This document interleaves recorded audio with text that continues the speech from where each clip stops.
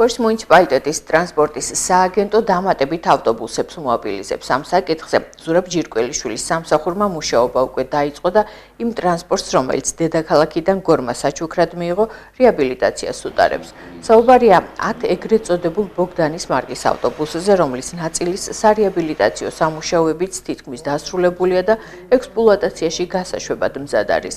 რა მიმართულებებზე გადანაწილდება მუნიციპალური ავტობუსები ამ ეტაპზე უცნობია, თუმცა ტრანსპორტის სააგენტოს ხელმძღვანელი ამბობს, რომ განსაკუთრებული საჭიროება ქალაქ გორშია, სადაც კონკრეტულ მიმართულებებზე ხაზების დამატებაა საჭირო.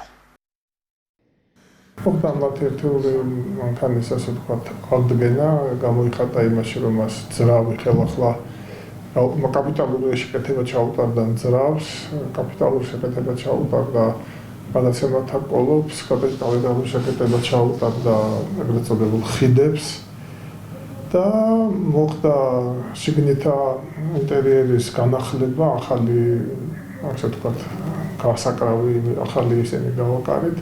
ლინოლეუმი დაიგო ახალი შეიკრება ახალ ფერში, მოკლედ შეიძლება ითქვას კაპიტალურად შეკეთება, პლუს ჩადგა შიგნით კონდიციონერები, რომელიც ადრე არ ეყენა.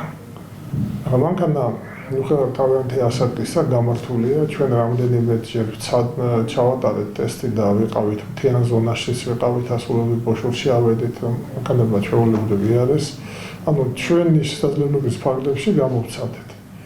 დასაყენებელი იყო შიგ მარტო ელექტრონული სისტემები, ბილეთების აღების, საინფორმაციო ტაბლოები და აი ამ წუთას შეიძლება ფიზიკურად ახლა არა, მაგრამ გუშინ წინ დაიწყეს ამათი მონტაჟი და დღესაც ველოდებით უნდა ჩამოვიდნენ კომპანია აზრის წარმომადგენლები და დამონტაჟებული უკვე ძირობით ჩართული არ უნდა აინსტალირონ და არეგულირონ სისტემასთან დააკავშირონ თანხმოვანში, ანუ ავტობუსები მზადყოფნაშია ნებისმიერი შიდა საქალაქო დავალების შესასრულებლად თუ რამეს დაგვავალებენ ჩვენს გავალთ და გადავწყოთ 10 მანქანას.